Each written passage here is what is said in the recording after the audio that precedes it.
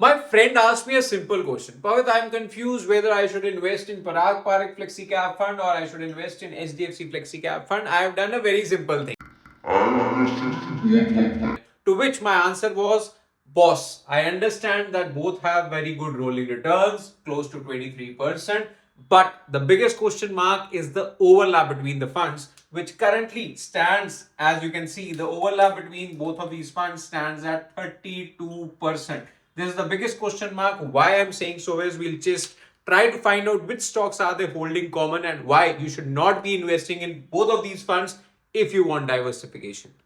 Now, here is the part where I want you to pay attention in the top 10 holdings of the both of these stocks. So, if you see, I have highlighted in blue top 10 holdings right from HDFC, ICICI, Kotak, Axis going down till Infosys. These are the top 10 holdings, and I have written percentages of HDFC Flexi Cap Fund, what do they hold, and percentages of Parag Flexi Cap Fund, what do these hold in terms of these stocks. Now, if you see, close to 40%.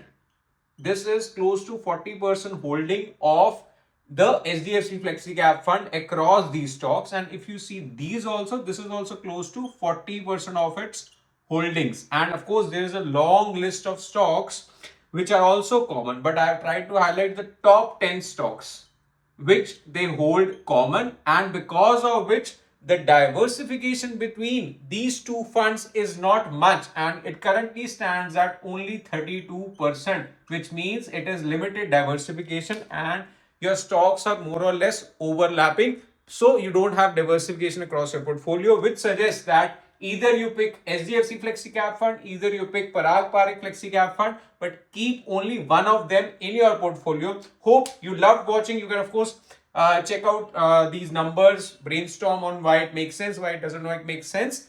Hope you love the content that we talked about today. Keep watching, keep subscribing. Thank you.